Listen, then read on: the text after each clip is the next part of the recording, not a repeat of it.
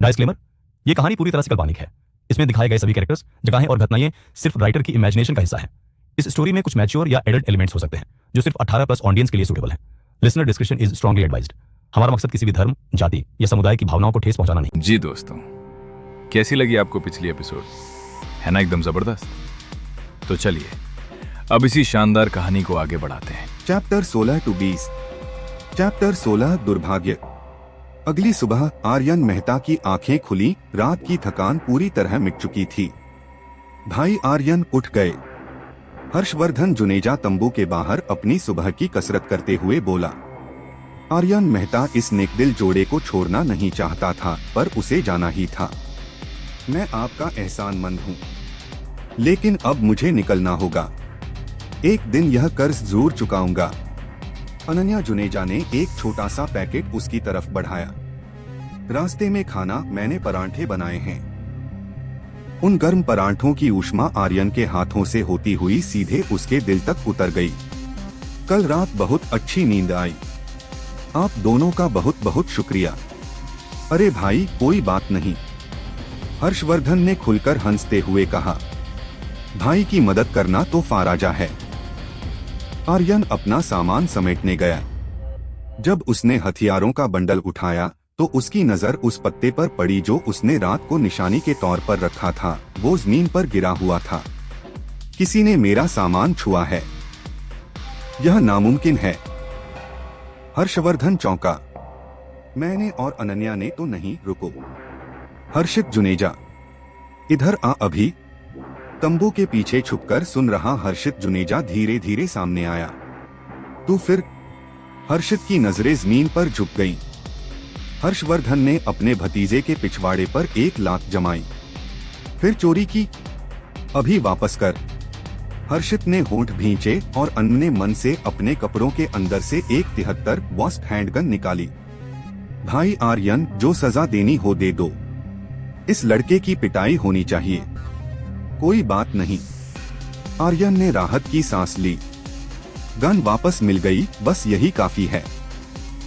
मैंने पहले ही कहा था, मेरी गन्स मुसीबत लाती हैं। फिर मिलेंगे। अलविदा। आर्यन ने विदा ली। ख्याल रखना, हर्षवर्धन ने सिर हिलाते हुए कहा। आर्यन ने अपना बैग उठाया और चल दिया।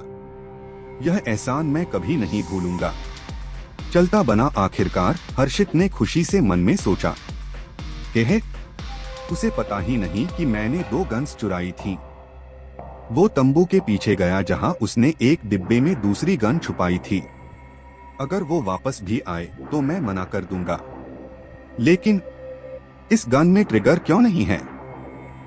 आर्यन मेहता के पास जो नक्शा था वो बेहद कच्चा था, पर इतना काफी था कि वो अपनी मौजूदा पोजीशन समझ सके। वो स्टार ड्रैगन देश में था। उसके अंदाजे से मुख्य सड़क तक पहुंचने में बस 3 दिन और लगेंगे। वहां से वो किसी गाड़ी में लिफ्ट लेकर शहर पहुंच सकता था। दोपहर को आर्यन ने खाना खाने और ताकत बहाल करने के लिए एक जगह पड़ाव डाला। जब वो अपनी गन्स बैग में वापस रखने लगा, तभी कुछ गड़बड़ लगी। एक गन कम लग रही है। उसने दोबारा गिना। शक यकीन में बदल गया। उसने खाने का विचार छोड़ा और तेज कदमों से वापस चल दिया। उधर नंबर 1 और उसके आदमी उसी डेरे पर पहुंचे थे जहां से आर्यन अभी अभी निकला था। उन्होंने बंजारे लोगों को घेर लिया। हथियार तने हुए थे। किसी ने इस आदमी को देखा है? नंबर 1 ने अपनी कलाई की डिवाइस से एक होलोग्राफिक चेहरा हवा में उभारा। आर्यन मेहता का चेहरा। नहीं, कभी नहीं देखा। सबने इनकार कर दिया। वो जानते थे जेनेसिस ऑर्गेनाइजेशन उनका कुछ नहीं बिगाड़ सकती। बंजारे एक न्यूट्रल फैक्शन थे। 6 राष्ट्र और जेनेसिस ऑर्गेनाइजेशन दोनों ही उनका समर्थन पाना चाहते थे। बस एक बंजारे था जो किसी अजीब वजह से कांप रहा था। नंबर 1 का मिजाज पहले से ही खराब था। 7 दिनों की खोज के बाद भी आर्यन का कोई सुराग नहीं मिला था। अगर यहाँ किसी ने उसे नहीं देखा तो इसका मतलब था कि वो बिल्कुल गलत दिशा में आया था। वापस चलो, नंबर 1 ने हुक्म दिया। लेकिन गाड़ी में चढ़ने से पहले उसकी नजर कांपते हर्षित जुनेजा पर पड़ी। उस लड़के को यहाँ लाओ। हर्षित को घसीटकर नंबर 1 के सामने लाया गया। नंबर 1 ने आंखें सिकोड़कर पूछा, इस आदमी को जानते हो? नहीं, नहीं जानता। हर्षित ने बार बार सिर हिलाया। नंबर 1 को उसके कपड़ों में एक उभार दिखा। इसकी तलाशी लो। हर्षित को जमीन पर दबाया गया और उसकी आंखों के सामने वो 73 वॉस्प गन निकाल ली गई। यह हमारी गन है। नंबर 1 चीखा। उसने गन भीड़ के सामने उठाई और गर्जा, 0 यहाँ था और तुम सब झूठ बोल रहे थे। मरना है क्या तुम्हें? बोलो, वो कहाँ गया? डरे हुए बंजारे लोगों की नजरें उस आदमी की तरफ घूम गईं जिसने पहले आर्यन से बात की थी, कैलाश राव।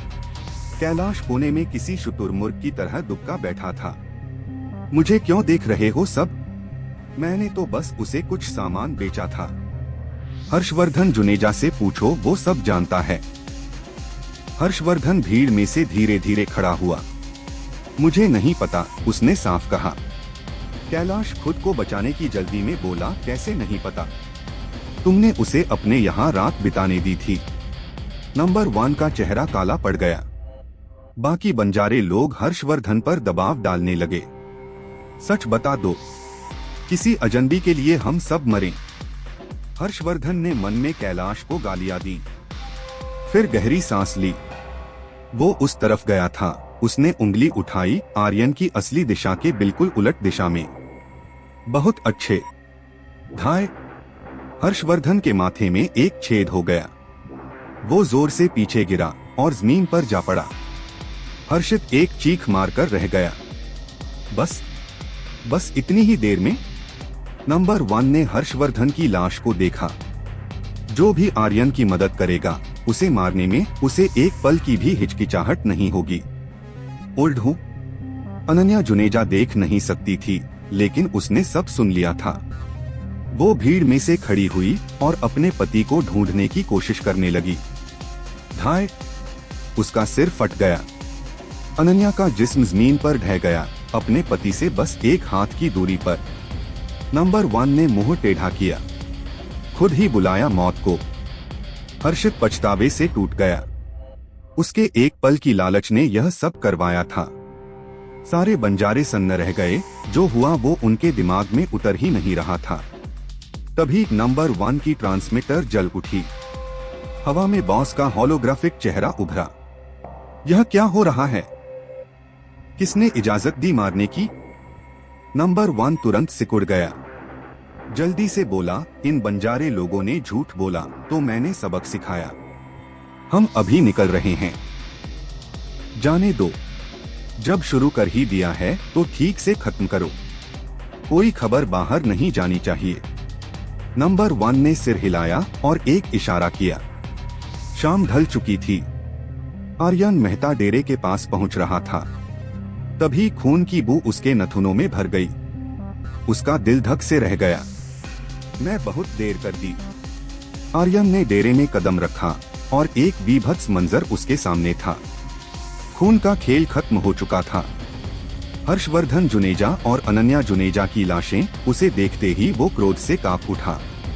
तभी एक आकृति जमीन से उठी। वो दाढ़ी वाला बड़ा व्यापारी था, वही जिसने आर्यन को ठगने की कोशिश की थी। कैलाश राव लेआम की शुरुआत में ही बेहोश हो गया था और इसी वजह से बच गया था।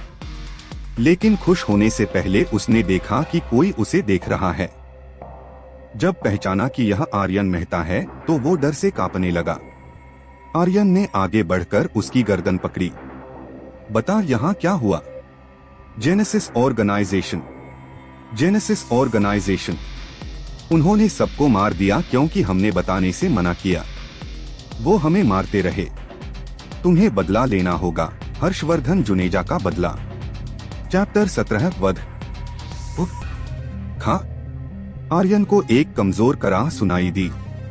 वो उस आवाज की तरफ बढ़ा और हर्षित जुनेजा को पाया, जिसके जिस्म में 5-6 गोलियां धंसी थीं। वो मौत की कगार पर था। हर्षित के हाथ में वो हैंडगन थी और आर्यन सब समझ गया। एक साथ कई एहसासों ने उसे घेर लिया। मैंने कहा था यह गन खतरनाक है, पर तुमने नहीं सुना। हर्षित ने कांपते हाथ से आर्यन की पैंट का कोना पकड़ा। उसे रोते देखकर दिल पिघल जाता था।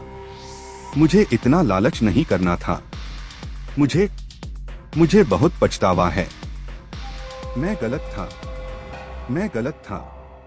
हर्षित ने कांपती उंगली से कैलाश राव की तरफ इशारा किया। उस पर भरोसा मत करना। उसने मेरे चाचा के साथ गद्दारी की। हर्षित के मुंह से खून का एक बड़ा फव्वारा फूटा। मैं तुम्हें इस तकलीफ से आजाद कर देता हूँ, आर्यन ने सिर हिलाते हुए कहा। क्रक, उसकी बात मत। कैलाश अपनी बात पूरी भी नहीं कर पाया था। आर्यन ने गोली चलाई। उसके माथे में छेद हो गया। कैलाश राव का जिस्म घुटनों पर ढह गया। सब जा चुके हैं, तू भी जा। आर्यन ने आंखें बंद कर ली। उसके अंदर का गुस्सा आसमान छू रहा था, लेकिन उसकी अक्ल उसे जकड़े हुए थी, जैसे किसी पिंजरे में बंद शेर। वो जितना शांत दिखता था, उतना ही भयानक उसका ज्वालामुखी। आर्यन हर्षवर्धन जुनेजा की लाश के पास गया। उसकी उंगली अभी भी उठी हुई थी, किसी दिशा में इशारा करती हुई। गाड़ियों के निशान जिस दिशा में जा रहे थे, वो बिल्कुल उल्टी दिशा थी जिधर आर्यन गया था। हर्षवर्धन ने उसे धोखा नहीं दिया था। आर्यन का दिल दर्द से भर गया।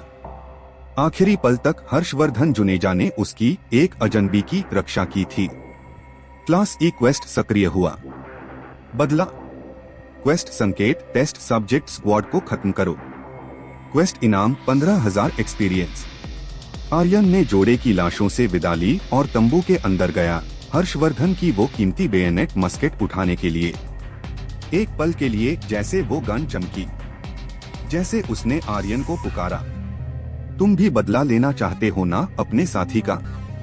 आर्यन ने अपने बैग की सारी गन्स निकालकर बेयनेट मस्केट के पास रख दी। उसने उन्हें अलग अलग करना शुरू किया और उनके पार्ट्स से बेयनेट मस्केट को रिमॉडल करने लगा।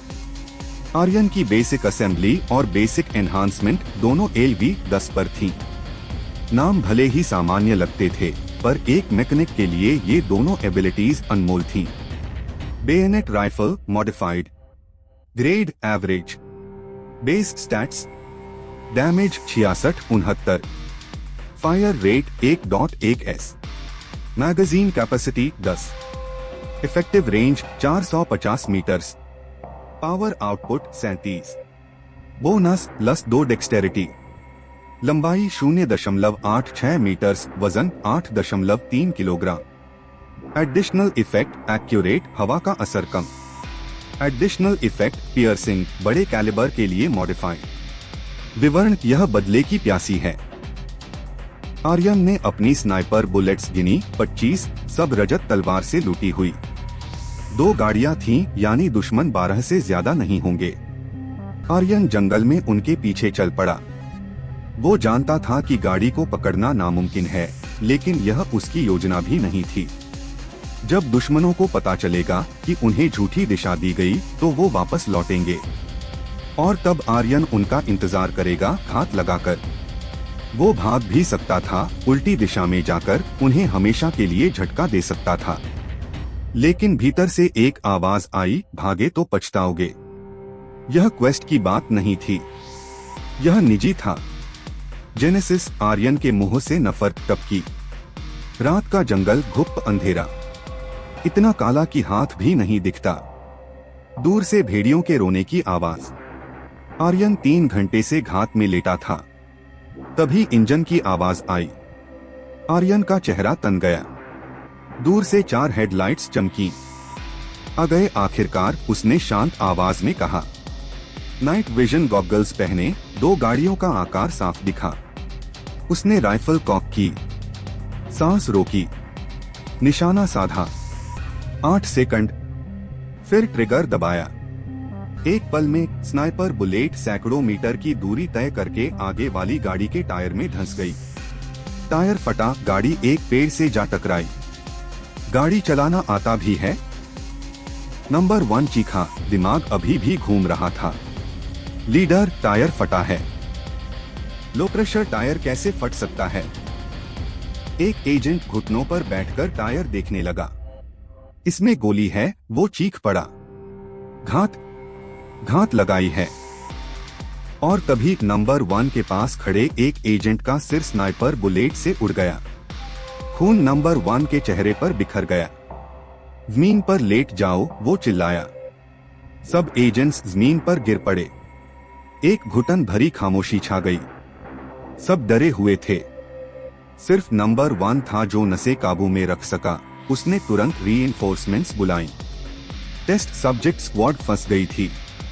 कोई हिलने की हिम्मत नहीं कर रहा था। कौन है जो हम पर घात लगा रहा है? पता नहीं।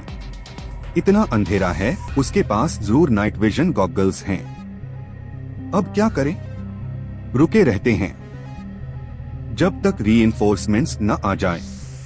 नंबर 1 भड़का बेवकूफ हो, तब तक वो भाग जाएगा। दुश्मन एक है, एक। हम इतने से डर रहे हैं। ऑर्गेनाइजेशन क्या सोचेगी? साथियों के चेहरे बदल गए। सही कहा, जवाब देना होगा। स्नाइपर की पोजीशन ढूंढो। एक एजेंट ने हिम्मत जुटाई और खुद को जाहिर किया स्नाइपर को बाहर लाने के लिए। लेकिन स्नाइपर उसकी कल्पना से भी तेज था। गोली चली और वो एजेंट कई मीटर पीछे जा गिरा। नंबर 1 की रीढ़ में ठंडक दौड़ गई। यह कौन सा देवता है? मगर उस एजेंट की मौत व्यर्थ नहीं गई। एक दूसरे एजेंट ने आर्यन की राइफल की मजल फ्लैश देख ली। मिल गया। 300 मीटर दक्षिण। गाड़ी में बैठो। आर्यन देख सकता था, वो दूसरी गाड़ी की तरफ दौड़ रहे हैं। उसने उनकी योजना समझ ली। थर्मल इमेजिंग में 7 दुश्मन दिख रहे थे। वो स्नाइपर की धीमी फायर रेट पर जुआ खेल रहे थे, 1-2 की बलि देकर गाड़ी तक पहुंचने की कोशिश। आर्यन ने जल्दबाजी नहीं की। शांति से 2 और गोलियां चलाईं, 2 और ढेर हो गए। बाकी गाड़ी में कूद गए। इंजन दहाड़ा और गाड़ी सीधे आर्यन की तरफ आने लगी। हालात अचानक बिगड़ते लग रहे थे, लेकिन आर्यन का चेहरा बिल्कुल शांत था। सबसे अच्छी रणनीति वही होती है जो सबसे पहले दिमाग में आती है। चैप्टर 18 तुमसे बड़ी है यह दुनिया। मर जा। नंबर 1 चीखा और पेडल दबा दिया। उसे दिखा नहीं, रास्ते में हवा में लटके कई ग्रेनेड्स। गाड़ी एकदम रुक गई जब वो उस रोप से टकराई जो आर्यन ने 2 पेड़ों के बीच बांधी थी। दोनों पेड़ लगभग उखड़ गए उस टक्कर की ताकत से, और अंदर बैठे एजेंट्स गुड्डों की तरह उछल गए। अगले ही पल ग्रेनेड्स फटे। रात आग से रोशन हो गई। बुलेट प्रूफ विंडशील्ड श्रैपनल से बुरी तरह चटक गई। एक सादा लेकिन तबाहकुन जा। जैसे ही ग्रेनेड्स फटे, आर्यन ने नाइट विजन गॉगल्स फेंके। आग की रोशनी काफी थी। उसने गोलियां चलानी शुरू की। हर गोली के रिकॉल से आर्यन का पूरा ऊपरी जिस्म कांपता था। आर्यन विंडस्क्रीन को निशाना बना रहा था, और जिस पैटर्न में वो चटक रही थी, साफ था कि निशाना ड्राइवर नंबर 1 था। नंबर 1 ने दांत भींचे और बगल बैठे आदमी को ढाल बनाकर आगे कर दिया।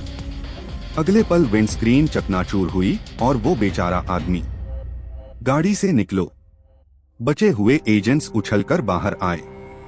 नंबर 1 ने गुस्से में सबमशीन गन से अंधाधुंध गोलियां बरसाना शुरू किया। साथियों ने भी आंख मूंदकर वही किया। आर्यन ने रीलोड के लिए रुककर गोलियां चलाना बंद किया।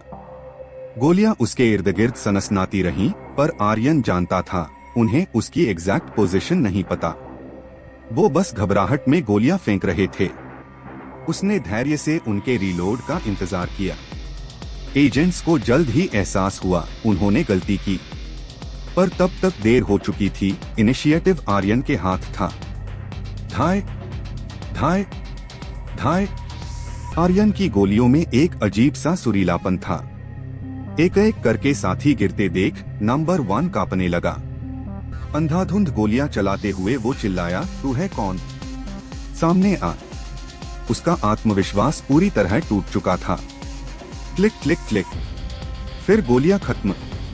सामने आ। और तभी आर्यन मेहता खुले मैदान में चलकर आया।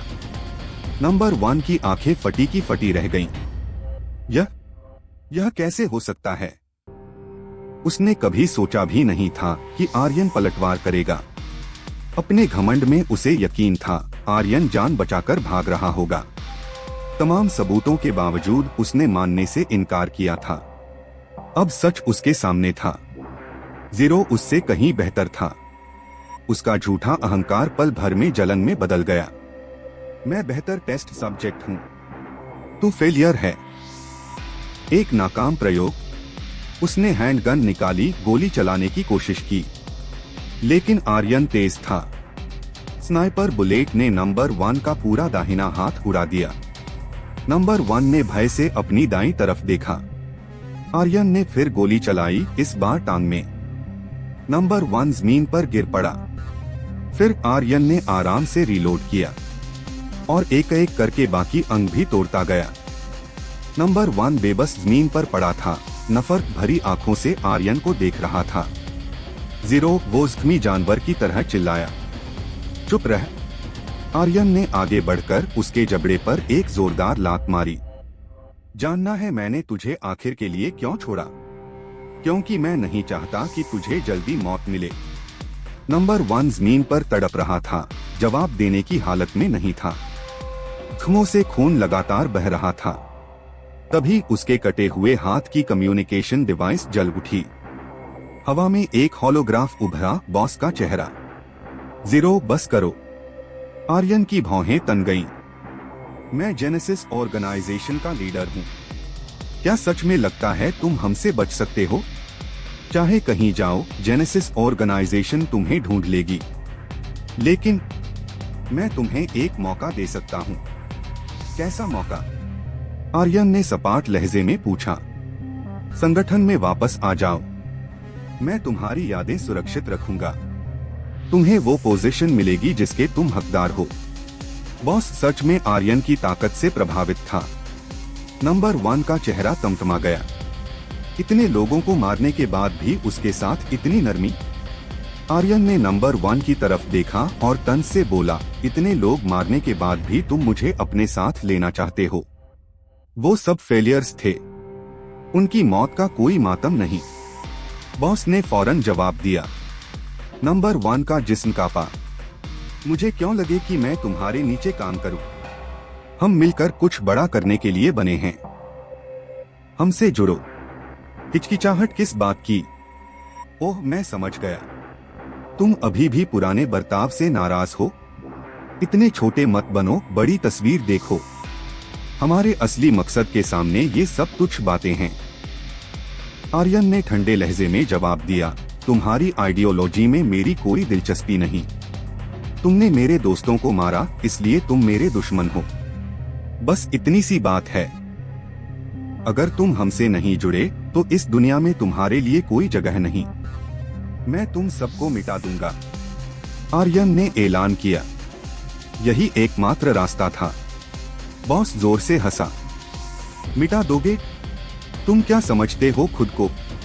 एक छोटी सी चींटी हो जिसे हम जब चाहें कुचल दें। कुछ छोटे मोटे सिपाहियों को मारकर खुद को अजय समझ बैठे। बचकाना सोच। इंतजार करो। यह दुनिया तुम्हारी सोच से कहीं बड़ी है। आर्यन ने सिर हिलाया और गन उठाई। 3 गोलियां सीधे नंबर 1 के दिल में।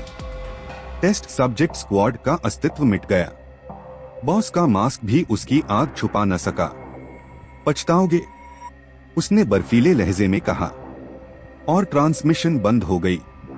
नंबर 1 वॉकेरी एक्सपेरिमेंट टेस्ट सब्जेक्ट को मारा, 900 एक्सपीरियंस प्राप्त। बदला क्वेस्ट पूर्ण, 15,000 एक्सपीरियंस प्राप्त। क्रक। अचानक बेयनेट राइफल टूट गई। टेस्ट सब्जेक्ट स्क्वाड से लूटी SWP स्नाइपर राइफल के लिए स्नाइपर एबिलिटी जरूरी थी, जो आर्यन के पास थी नहीं। इसलिए उसने उसे डिसमेंटल करके बेयनेट राइफल ठीक की थी। आज रात आर्यन को कुल 20,000 एक्सपीरियंस मिला। लेकिन अब जेनेसिस ऑर्गेनाइजेशन निश्चित रूप से उसके पीछे आएगी। उसे कहीं छुपना होगा। अभी वो उनसे सीधे टकराने के लिए बहुत कमजोर था। गेम से लाया हुआ उसका ज्ञान, यही उसका असली हथियार था। और इस हथियार का सही इस्तेमाल करने के लिए उसे किसी बड़ी ताकत की जरूरत थी। 6 राष्ट्र: स्टार ड्रैगन देश, मेपल, थीजियस, रेलन, हेस्ला और ओर्डिना। वो पहले से ही स्टार ड्रैगन देश में था और 6 राष्ट्रों में सबसे शांत भी यही था। इससे बेहतर कोई रास्ता नहीं था। चैप्टर 19 $10 लाख का इनाम। Class a mission. अगली सुबह बॉस हेलिना रॉय और स्टाफ का एक दल उस जगह पहुंचा जहां रात को भयानक जंग हुई थी। बॉस ने नंबर 1 की लाश देखी और नाक से ठंडी हवा निकाली। नाकारा कचरा, सब मर गए। एक रिसर्चर ने सारी लाशें इकट्ठी करने के बाद रिपोर्ट किया। बॉस ने दूर पहाड़ियों को देखते हुए कुछ सोचा। ऑर्गेनाइजेशन के नाम से बाउंटी जारी करो, $10 लाख जिंदा हो या मुर्दा, उसने अचानक हुक्म दिया। हेलिना रॉय और बाकी सब चौंक गए। जेनेसिस ऑर्गेनाइजेशन अंधेरी दुनिया की रानी थी। पिछले 3 सालों में उसे कभी किसी पर बाउंटी लगाने की जरूरत नहीं पड़ी थी। क्या एक साधारण गद्दार के लिए यह सब जरूरी था? लीडर, आप उसे जरूरत से ज्यादा तवज्जो दे रहे हैं। जीरो तो बड़ी मुश्किल से बच के भागा। वो हमारे लिए क्या खतरा बन सकता है? उस हरामी ने हमसे जंग का ऐलान किया तो मैं उसे उसकी जुर्रत की सजा दूंगा। मैं उसे कुचल दूंगा। अगर जीरो जिंदा पकड़ा जाए तो उसके राज निकालने के लिए हर तरीका इस्तेमाल करो, और अगर मर जाए तो उसकी लाश को चीर कर पता लगाओ। और इन लोगों का क्या करें? रिसर्चर ने लाशों की तरफ इशारा करके पूछा। बॉस उन्हें ठिकाने लगाने का हुक्म देने ही वाला था कि एक ख्याल आया। सुपर सोल्जर प्रोजेक्ट की तैयारी कहां तक पहुंची? बेसिक थ्योरी पूरी हो चुकी है। हम सेल और एनिमल टेस्टिंग शुरू करने वाले हैं। अगर सब ठीक रहा तो 8 महीनों में साइड इफेक्ट्स खत्म करके ह्यूमन एक्सपेरिमेंटेशन शुरू कर सकते हैं। टेस्टिंग छोड़ो, अभी सीधे ह्यूमन एक्सपेरिमेंटेशन शुरू करो, बॉस ने बात काटी। लेकिन जोखिम बहुत बड़ा है। सिर्फ वॉकेरी टेस्ट सब्जेक्ट्स ही यह प्रक्रिया सह सकते हैं और वो बहुत कम हैं। जल्दबाजी से नुकसान ज्यादा हो सकता है। बॉस ने रहस्यमय अंदाज में कहा, एक्सपेरिमेंट सिर्फ तोप का चारा बनाता है, लेकिन बदले की आग असली राक्षस पैदा करती है। फिर उसने नंबर 1 की लाश की तरफ इशारा किया। यही सबसे परफेक्ट सब्जेक्ट है। नफरत उसे फ्यूल देगी। बदले की प्यास में वो किसी भी दर्द को झेल लेगा। समझ गया? रिसर्चर ने सिर हिलाया। उसकी आत्मा को वापस बुलाओ, बॉस ने हेलिना रॉय को हुक्म दिया। हेलिना रॉय ने गहरी सांस ली। उसने अपने हाथ ऊपर उठाए और वो एक धुंधली भूरी रोशनी से चमकने लगे। आसपास का तापमान अचानक गिर गया। एकाएक एक भयानक रूह कांपाने वाली चीख चारों तरफ गूंज उठी और नंबर 1 का जिस्म उस आवाज पर जैसे प्रतिक्रिया देने लगा। एक धुंधला धूसर कोहरा नंबर 1 के ऊपर प्रकट हुआ और धीरे धीरे उसके जिस्म में उतरने लगा। बॉस ने अपनी जैकेट से एक शीशी निकाली, गहरे लाल रंग के द्रव से भरी। हेलिना रॉय की नजर उस लाल द्रव पर पड़ी और उसके चेहरे का रंग बदल गया। एक पल के लिए उसकी आंखों में हत्या की चमक आई। उसे अपने जज्बात दबाने के लिए खुद से लड़ना पड़ा। अरोरा रिवाइविंग ड्रग, अपनी बहन की हड्डियों के मैरों से बनाई गई एक असाधारण रूप से शक्तिशाली हीलिंग ड्रग। बॉस ने वो द्रव नंबर 1 के ऊपर उड़ेल दिया। वो द्रव उसके जिस्म में समाने लगा और जो हुआ आगे उसे सिर्फ एक चमत्कार ही कहा जा सकता था। नंबर 1 का रंग वापस आने लगा। जख्म भरने लगे। टूटा हुआ जबड़ा ठीक हो गया। जो अंग उड़ गए थे वो फिर से उगने लगे। नंबर 1 की आंखें खुली। उसका चेहरा असहनीय दर्द से ऐंठा हुआ था। जीरो जेनेसिस ऑर्गेनाइजेशन फैक्शन के साथ रेपुटेशन अनलॉक हुआ। Genesis organisation reputation -1000। Genesis organisation घृणित गद्दार। क्लास A क्वेस्ट सक्रिय हुआ। मिट्टी में एक अंकुर। क्वेस्ट विवरण, आजादी अनमोल है और तुमने जान जोखिम में डालकर इसे पाया। लेकिन मुसीबतें अभी खत्म नहीं हुई। ऑर्गेनाइजेशन ने तुम्हारे सिर पर बाउंटी रखी है। अब तुम्हारी जिंदगी भर तुम्हारा शिकार होगा। तुम भागे जरूर, लेकिन तुम्हारी जेल बस बड़ी हो गई है।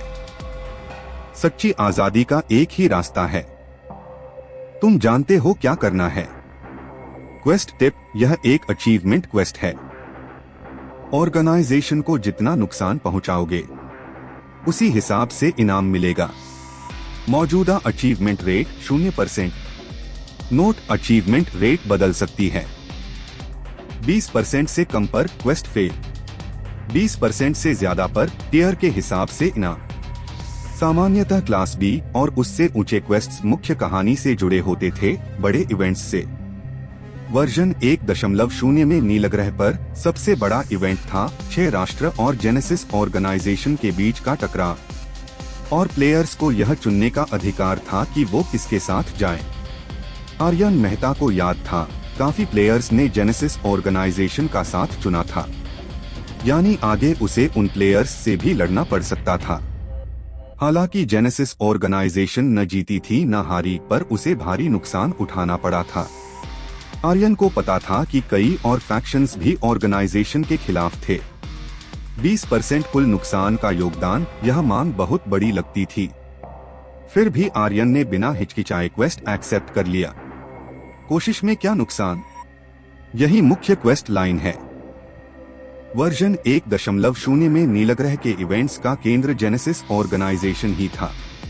इस प्लैनेट पर ताकत बढ़ानी ही थी, तो इस जंग में शामिल होना तय था। गैलेक्सी के कैरेक्टर क्रिएशन में सिस्टम पूछता था, प्लेयर को किस तरह का प्लैनेट पसंद है, कौन सी क्लास। जवाबों के हिसाब से उसे उपयुक्त प्लैनेट भेजा जाता था। यह गेम की खास विशेषता थी जो लाखों प्लेयर्स को आकर्षित करती थी। नीलग्रह एक रियलिस्टिक साइंस फिक्शन प्लैनेट था, धरती जैसा, शहरी। आर्यन जंगल में छुपकर भी बैठ सकता था, जेनेसिस ऑर्गेनाइजेशन के कमजोर होने का इंतजार करते हुए। लेकिन तब वो खुद भी कमजोर ही रहता। जब प्लैनेट की मुख्य कहानी सामने आती है तो क्वेस्ट्स और मिशंस की बाढ़ आ जाती है, और आर्यन का गेम नॉलेज यही उसका सबसे बड़ा हथियार था। 3 दिन बाद आर्यन मेहता आखिरकार जंगल से बाहर निकला। यह जंगल स्टार ड्रैगन देश की सीमा के अंदर था, जो यह सोचकर हैरान करता था कि जेनेसिस ऑर्गेनाइजेशन ने यहाँ अपना बेस बनाने की हिम्मत कैसे की। शायद सबसे सुरक्षित जगह वही होती है जहां दुश्मन कभी सोचे ही नहीं। थोड़ा और चलने के बाद रेलवे पटरियां दिखीं। आर्यन एक मालगाड़ी पर चढ़ गया जो पश्चिमी राजधानी की तरफ मवेशी पहुंचाने जा रही थी। जंगल खतरनाक थे और जंग कभी भी छिड़ सकती थी, इसलिए स्टार ड्रैगन देश के शहरों को जोड़ने वाली सड़कें बंद थीं। सामान सिर्फ मालगाड़ियों से आता जाता था। स्टार ड्रैगन देश के सारे शहर विशाल बिजली की तारों वाली धातु की दीवारों से घिरे हुए थे। 2 दिन बाद आर्यन ने डिब्बे की खिड़की से वो विशाल घेरा देखा। उसने अपने इर्द गिर्द उछलती मुर्गियों को हटाया और खड़े होकर बेहतर नजारा लिया। स्टार ड्रैगन देश, पश्चिमी राजधानी, डिवीजन 13, मैं आ रहा हूँ। कुकरूकू, चपटे 20, गैरकानूनी प्रवेश।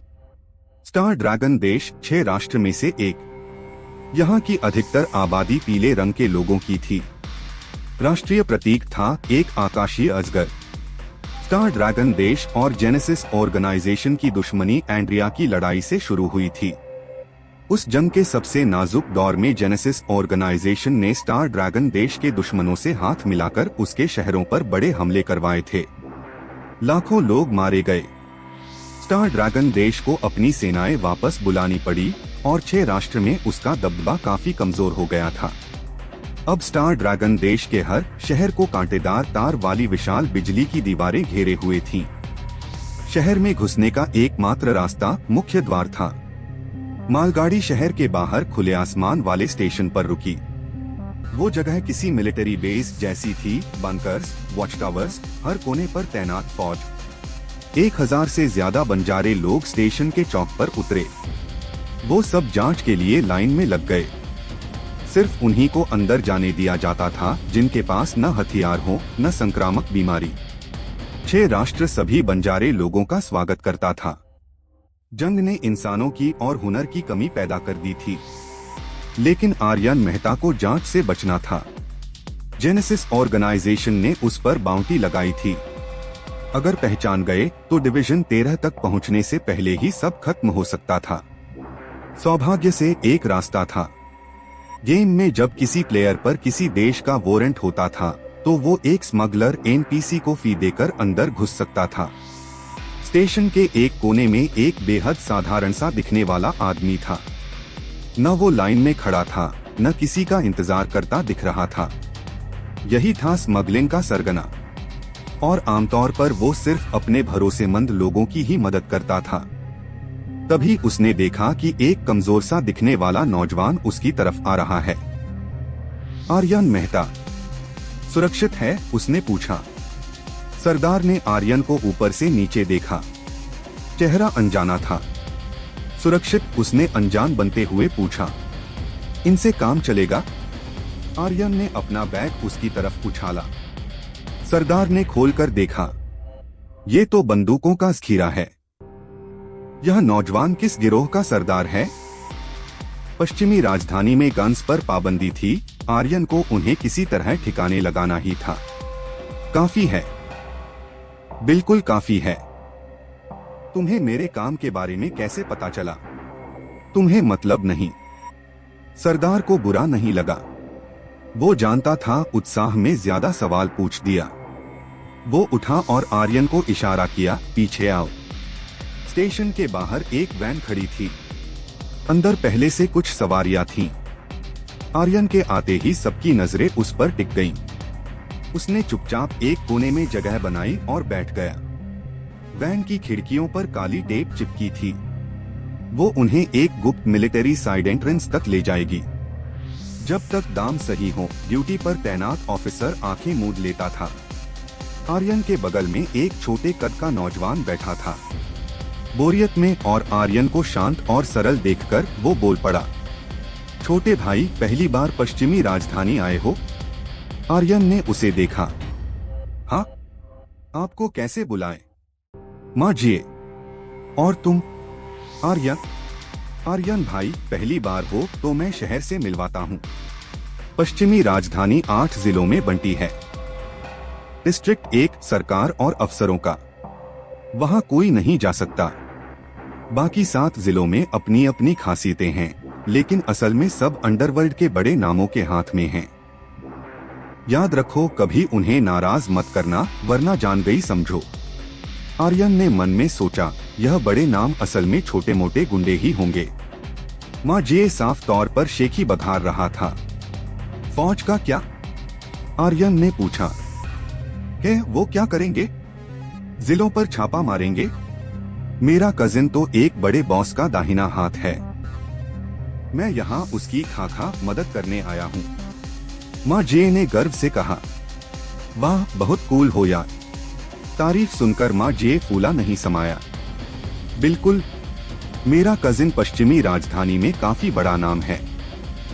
द लेपर्ड सुना है कभी? अच्छा हाँ, तुम्हारा पहला दिन है। तुम यहाँ किसी से मिलने आए हो? नहीं, काम ढूंढना है, बस जाना है। आर्यन ने एक रैंडम जवाब दिया। तो क्यों न मेरे साथ चलो? भाई के साथ रहोगे तो भविष्य उज्जवल होगा। माँ जे अचानक उत्साहित हो गया।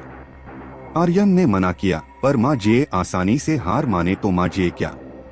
सुनो, शहर में आम जिंदगी बस 2 शब्दों में गरीबी और दुख। रोज बासी खाना खाना है। 6 राष्ट्र बंजारे लोगों का स्वागत करने का नाटक करते हैं, असल में उन्हें तुम्हारी परवाह जरा भी नहीं।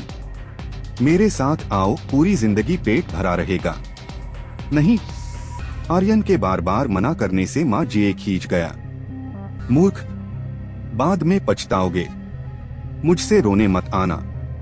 आर्यन ने उस बेवकूफ की बात को अनसुना किया और मुंह फेर लिया। माँ जे उसे घूरता रहा। थोड़ी देर बाद वैन एक बंद सुरंग के सामने रुकी। सुरंग के अंदर एक ऑफिसर इंतजार कर रहा था। सरदार से पैसे लेते ही उसने रास्ता खोल दिया। ऑफिसर के साथ जाओ, वो शहर की बाहरी सड़क तक पहुंचाएगा। ऑफिसर चुपचाप उन्हें परिसर के अंदर से ले चला।